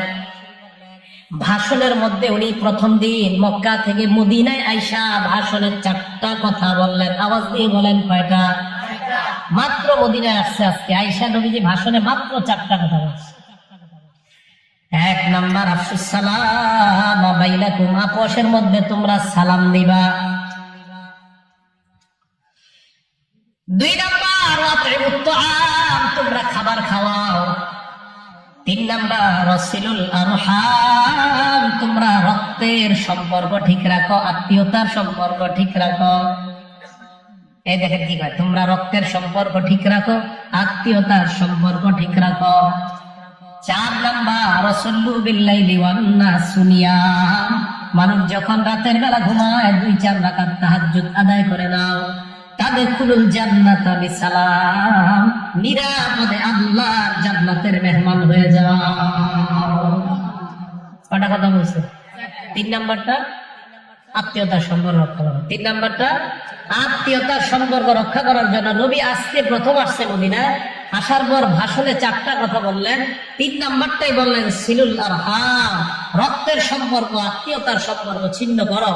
আল্লাহ আমাদের সকলকে আত্মীয়দের সম্পর্ক আমরা যেন রক্ষা করতে পারি আল্লাহ তৌফিক দান করেন। আমাদের সকলকে এই অধিকারটা আদায় করার তৌফিক দান করেন। ওয়াল ইয়াতামা, 4 নাম্বার এতিমের অধিকার রক্ষা করো, এতিমের প্রতি সদাচরণ করো। কার প্রতি?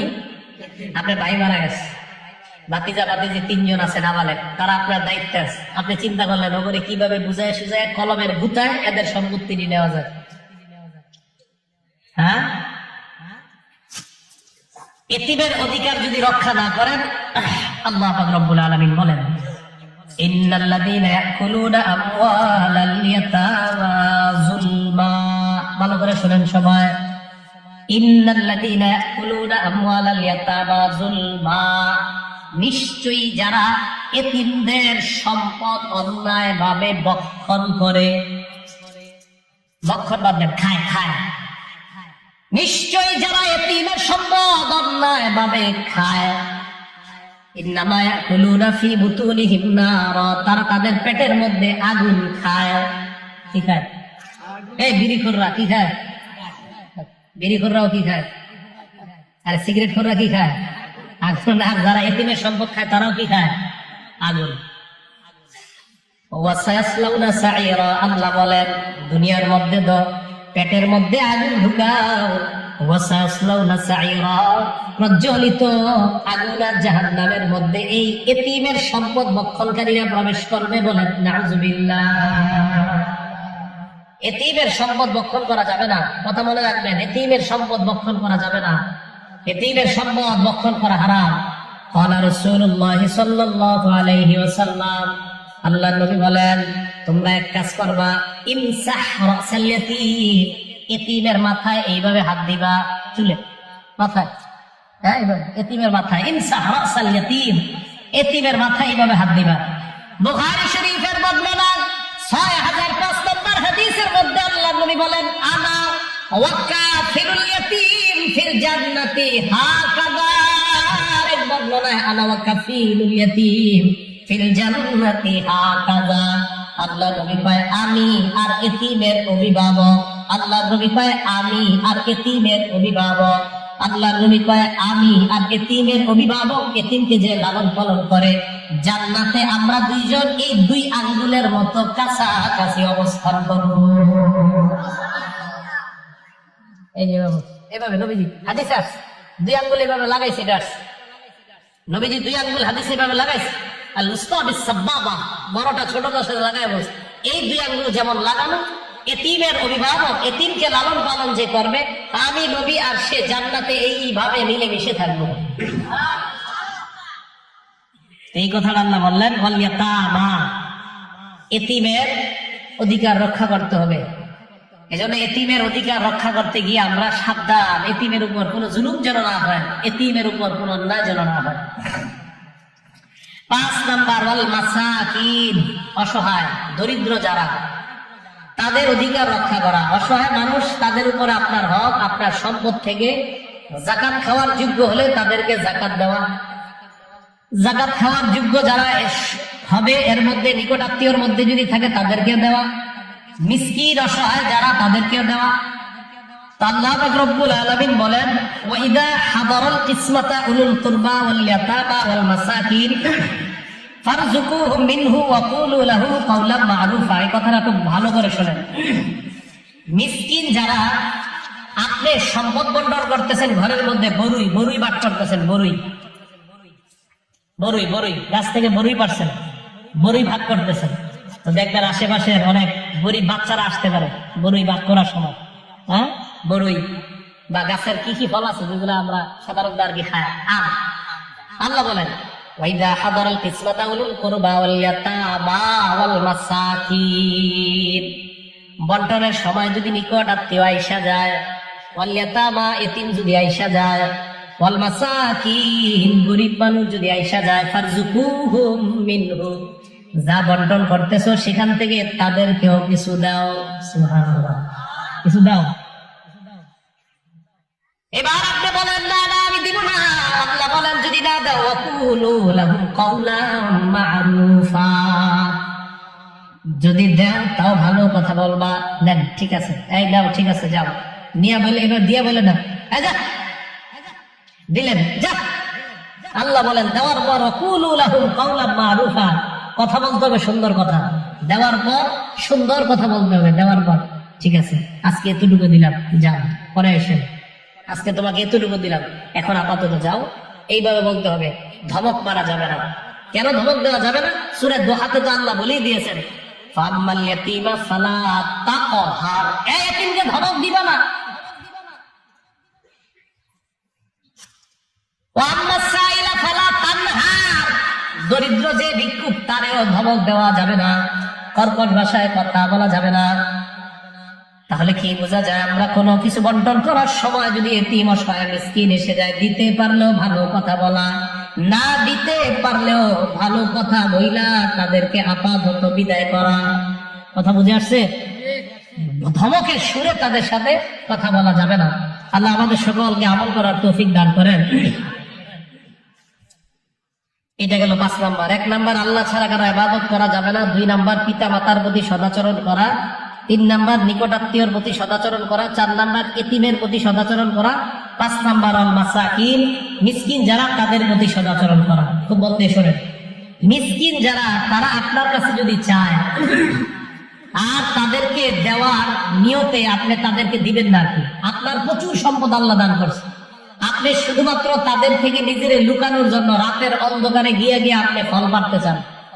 কথার কথা, আপনার নিয়ত হলো এই যে আমি রাতের অন্ধকারে আমার সম্পদ গুলা নিজের আয়ত্তে নেই, যেন দিনের বেলা কোনো ভিক্ষুক আমারে ডিস্টার্ব না করে। কথা বুঝে আসছে? আচ্ছা, এরকম করলে কিন্তু একটু সমস্যা হয়ে যাবে, হইতে পারে। কি সমস্যা? আল্লাহ পাক রব্বুল আলামিন বলেন অতীত যুগে এক ব্যক্তি তার সন্তানদেরকে অনেকগুলো সম্পদ দিয়ে গেছে। দিয়ে যাওয়ার পর ওই সম্পদের মধ্য থেকে প্রতি বছর অসহায় মিসকিন যারা তাদেরকে যাকাত দিত, সম্পদ ভালোভাবেই বন্টন করত। এই বছর সম্পদ যেদিন কাটবে, ভাইদের মধ্যে কয়েকজন ভাই বলল এবার আর কাউরে আমরা কোনো দান সৎকা কিছু করবো না, রাতের বেলা চুপে চুপে সব কাজ করব। আল্লাহ বলেন ইন্না বালাউনাহুম কামা বালাউনা আসহাবাল জান্নাহ ইদ আকসামু লা ইয়াসরিমুনহা মুসবিহিন ওয়া লা ইস্তাসনুন। ইনশাআল্লাহ না বলে একদল মানুষ তারা শপথ করলো আমরা সকালবেলা ভোর হওয়ার আগে আগে সম্পদগুলো আমরা কেটে নিয়ে আসবো। আল্লাহ বলেন ফাতাফা আলাইহা তাইফুম মির রাব্বিকা হুম নাইমুন, রাতের বেলা তারা ঘুমন্ত অবস্থায় তোমার রবের পক্ষ থেকে একটা গজব আসছে, আসার পর ফাসবাহাত কাসরিম, সকালবেলা গিয়া দেখে বিরান ভূমি, সব জেলে পুড়ে শেষ হয়ে গেছে, জ্বলন্ত একটা জমিন দেখা দেখা যায় তারা ওই জায়গায় যাওয়ার পর কয় না এটা আমাদের না। একজন আরেকজন কয় এটা কার জমিন, কে জানে এটা কার জমিন, এটা আমগো না, এটা কার জমিন, আমগো না। এবার তারা কয় চুপি চুপি সকালে রওনা করছে, আনিকদু হারসাকুম ইন কুনতুম আলা হারসিকুম ইন কুনতুম সারিবিন ফানতালাকু ওয়া হুম ইয়াতাখাফাতুন। এদের আসে ফানতালাকু ওয়া হুম ইয়াতাখাফাতুন, সকালবেলায় যে এই দেখেন আমার দিকে আওয়াজ করিস না, আওয়াজ করিস না, চল কেউ যাতে না শুনে। এটা অর্থ আয়াত, এই আয়াতের অর্থ এটাই, চল চল কেউ যাতে না দেখে, চুপ চুপ। হ্যাঁ, আল্লাহ ইয়াদখুল আবনাহাল ইয়াউম ফানতালাকু ওয়া হুম ইয়াতাখাফাতুন, সকালবেলা তারাই বলে কেউ যাতে না দেখে, চুপ চুপ কথা বলছি না, শুনতে পারে, আশেপাশে গরিব টরিব না, ঝামেলা করতে পারে, চল। এইভাবে বাগানে দিয়ে এসেছে। আল্লাহ বলেন কেন একজন একজন গানে চুপি চুপি কেন, কি হয়েছে? আল্লাহ ইয়াদখুল আবনাহাল ইয়াউম আলাইকুম মিসকিন, কোন গরিব মানুষ টানুষ যাতে আজকে না ঢুকতে পারে, ঝামেলা। এই করতে করতে গেছে, যাওয়ার পর ওয়াদাউ আলা হারদিন কাদিরিন ফালাম্মা রাআহা, ফসল যখন দেখছে, ক্ষেত দেখছে, জমিন দেখছে, ইন্না লাদাল্লুন, কয় কি রে পথ ভুল করে ফেললাম নাকি রাতের অন্ধকারে, বুঝতে পারি ভাই, পথ মনে ভুল হয়েছে, আমরা মনে হয় সঠিক জায়গায় আসি নাই, আমরা মনে হয় সঠিক জায়গায় আসি নাই। বাল নাহনু মাহরুমুন ক্বালা আওসাতুহুম আলাম আকুল লাকুম লাউলা তুসাব্বিহুন, ওইটার বিষয় না। তাহলে গরিব মানুষকে আপনি দিবেন না এই নিয়তে যদি কিপটামি করেন, কিপটামি বুঝেন তো, কৃপণতা, তাহলে হতে পারে আপনার ওই সম্পদ আল্লাহ ধ্বংস করে দিবে। আল্লাহ এই জায়গাটা আমাদেরকে গুরুত্ব সহকারে বুঝে আমল করার তৌফিক দান করুন। এগুলো মিসকিন গেল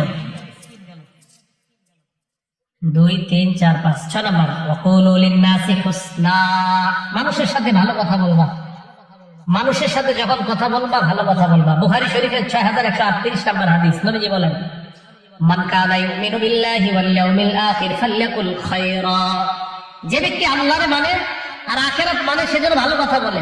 আউলিয়াসলুম, ভালো কথা মুখ দিয়ে না আসলে চুপ থাকবে, ভালো কথা মুখ দিয়ে না আসলে চুপ থাকবে, কথা বললে ভালো কথা, না বললে চুপ। নবীজি কেন বললেন এটা? নবীজি বলেন এই মুখ আর লজ্জাস্থান এই দুইটা তোমাকে জাহান্নামে নেবে।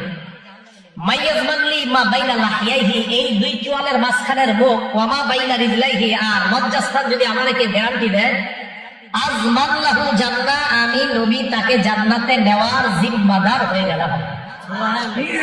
তাহলে মুখ আর লজ্জাস্থান, ভাইও কথা বলার সময় আমরা খুব সাবধানের সাথে কথা বলবো।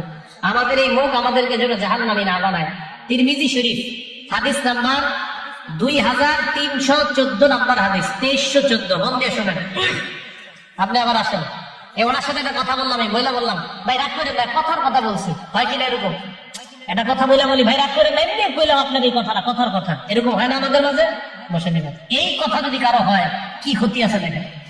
নবীজি বলেন ইন্নার রাজুলা লা ইয়াতাকাল্লামু বিল কালিমা, মাঝে মাঝে মানুষ এমন কথা বলে লা ইয়ারা বিহা বাসা, মানুষ মনে করে এটা কোনো ব্যাপার না। মাঝে মাঝে মানুষ এমন কথা বলে মুখ দিয়ে, মানুষ মনে করে এটা কোনো ব্যাপার না। আল্লাহ নবী বলেন ইয়াহদি বিহা 70 খরিফান ফিন্নার, তার জানাও নাই এই কথার কারণে তার 70 বছর জাহান্নাম হয়ে যায়। চিল্লায়ে বলেন নাউযুবিল্লাহ। এটার কারণে 70 বছর জাহান্নাম ফায়সালা হয়ে গেছে, এটা তার জানাও নাই, শুধুমাত্র কেন? কথা বলার কারণে, কথা উল্টা পাল্টা বলার কারণে। তাহলে নবীজি সাল্লাল্লাহু আলাইহি সাল্লাম বলেন মানুষ মাঝে মাঝে এমন কথা বলে যেই কথা তার কোনো সমস্যা মনে করে না, এই কথা তাকে 70 বছর জাহান্নামী বানায়। আমি যে চেয়ারে বসলাম, আপনাদেরকে ওয়াজের ময়দানে যদি আমি সত্য কথা বইলা মাঝে মাঝে হাসাই, এটা জায়েজ আছে, কিন্তু আমি যদি কথার মাঝে, ওয়াজের মাঝে দুই একটা মিথ্যা কথা মিশ্রিত করে আপনাদেরকে হাসাই, নবীজি বলেন তিরমিজি শরীফের 2316 নম্বর হাদিস, ওয়াইলুন লিল 315 নম্বর 2315, ওয়াইলুন লিল্লাযী ইউদহিক ইউহাদ্দিসু লিইউদহিকা বিহিল কওম ফায়াকযিবু বিহি। নবীজি বলেন কোন মানুষ যদি মানুষের সামনে কথা বলে মানুষকে হাসানোর জন্য আর সত্য কথার সাথে কিছু মিথ্যা মিশ্রিত করে যায়, ওয়াইলুল্লাহ ওয়াইলুল্লাহ ওয়াইলুল্লাহ, আল্লাহ নবী বলেন সে ধ্বংস, সে ধ্বংস, সে ধ্বংস। বলেন নাউযুবিল্লাহ। তাহলে মুসলমান কথা যা বলবে ভালো কথা বলবে, মুসলমান কোনো খারাপ কথা বলবে না, মুসলমান কোনো খারাপ কথা বলবে না, অশ্লীল শব্দ মুসলমানের মুখ দিয়ে আসবে না, মুসলমান সবসময় ভালো কথা বলবে। আল্লাহ আমাদেরকে ভালো কথা বলে এর উপর আমল করতে পারে, আল্লাহ তৌফিক দান করেন। মুসলমান হাসবে মাঝে মাঝে, তবে এই হাসি সত্য হাসি হতে হবে। নবীজি বসা, এভাবে বসা, নবীজি সাল্লাল্লাহু আলাইহি সাল্লাম এভাবে বসা। হঠাৎ এক মহিলা আসছে, নবীজি চাদর বিছাই দিস। সুবহানাল্লাহ। মহিলা আসার পর মহিলার চাদর বিছাই দিস, বস। বসার পর মহিলা কয়, মোহাম্মদ কেমন আছো? জি ভালো আছে। আমার একটা উট দাও, উট উট উট। কি দাও? সবাই বলেন কি দাও? আল্লাহ নবী কয়, না আপনার উটের বাচ্চা নেই। মহিলা কয়, তুমি উট দাও। নবী কয়, না আপনার উটের বাচ্চা নেই। মহিলা কয়, আরে তোমার কিছু উট দিতে। নবী কয়, না আপনার উটের বাচ্চা নেই। মহিলা রাগ হয়ে উঠে গেছে। সাহাবায়ে কেরামকে কয়, তোমরা মহিলাকে থামা, ওইটা অন্য কেউ না, উনি হলেন আমার দুধমা হযরত হালিমা। হালিমাতুস সাদিয়াকে ডাক দিয়ে আল্লাহ নবী বললেন, আম্মা নেন আপনার উট, আপনাকে দিয়ে দিলাম। হালিমা কয়, প্রথম তোমার কাছে উট চাইলাম, কেন দিলা না? প্রথম দিয়ে দিলেই তো হয়ে যাইতো, এখন কেন তুমি উট দিলা? উটের বাচ্চা তো দিলা না। আবার বুঝেন, নবী বলেন, আপনি উটটা নিয়ে যান। মহিলা কয়, তোমার কাছে উট চাইলাম, তুমি বারবার কেন উটের বাচ্চা দেওয়ার কথা বললা? শেষমেশ তো তুমি আমার ডাইকা উটেই দিলা। আবার বলছি, নবীজি বলেন উটের বাচ্চা দিব। মহিলার ডাইকা শেষমেশ একটা উট দিছে। মহিলা কয়, উটেই তো দিলা, উটের বাচ্চা তো দিলা না। সবাই রেডি তো আপনারা? এখন যেটা বলবো, বলার পর সামান্য মুচকি হাসি দিবেন, এই হাসি দিলে সওয়াব হবে। আল্লাহ নবী কয়, আম্মা আপনারে আমি যে ওটটা দিলাম, এই ওটটা তো আরেকটা ওটের বাচ্চা। এই ওটটা কি আরেকটা ওটের? সাহাবা কেরাম হাসা দিছে, আপনার একটা হাসে না। এই যে এখন হাসছেন, এই হাসিতে আল্লাহ সওয়াব দান করছে। কথা বুঝে আসছে সবার? তো মুসলমান কথা যা বলবে সওয়াব হবে, মুসলমান মুখ দিয়া যা বাই করবে সওয়াব হবে। গুনাহের কথা মুসলমান মুখে আনবে না। আল্লাহ আমাদেরকে আমল করার তৌফিক দান করেন। 7 নাম্বার, ওয়াকিমুস সালাহ, নামাজ কায়েম করো। কি কায়েম করো? নামাজ কায়েম করো। আমার দিকে তাকান, হাদিসে আসছে, সহিহ হাদিসে, কেউ যদি মসজিদ থেকে বের হয় এইভাবে পা দিয়ে, আজকে এশার নামাজ পড়ার জন্য যারা মসজিদ থেকে খালি পাটা বাহিরে রাখছেন, নবীজি বলেন, লা ইউখরিজুহু ইল্লাস সালাহ, সে মাত্র নামাজের জন্যই বের হয়েছে, অন্য কোনো কাজে না। যেন এমন না হয় আমি নামাজে যাইতেছি, নামাজ যাওয়ার সময় দুইটা বিড়ি টিড়ি টান দিয়া যাই। আবার বলছি, নবীজি বলেন, লা ইউখরিজুহু ইল্লাস সালাহ, শুধুমাত্র নামাজের জন্যই যদি বের হয়, বের হওয়ার পর তার দুনিয়ার কোনো নিয়ত নাই, সরাসরি মসজিদে চলে যায়। আল্লাহ নবী কয়, ঘর থেকে পাটা বাহিরে রাখার সাথে সাথেই মসজিদে বসে থাকলে যে সওয়াব, ওই পা বাহিরে ফেলানোর সাথে সাথেই তার নামাজের সওয়াব শুরু হয়ে যায়। কিন্তু বুঝতে হইব, বাইরে হয়ে অন্য কিছু করা যাইব না, সোজা নামাজে। নবীজি বলেন, আর এই তোমরা আল্লাহ হারাম বিবাবি আহাদিকুম, তোমরা কি মনে করো তোমাদের কারো বাড়ির সামনে একটা পুকুর আছে, কি আছে? এই পুকুরের মধ্যে মানুষ দৈনিক 5 বার গোসল করে। জোরে বলেন কয়বার? আপনার বাড়ির সামনে একটা পুকুর, এটাতে 5 বার গোসল করেন। তার শরীরে কোন ময়লা থাকবে? আল্লাহ নবী বলেন,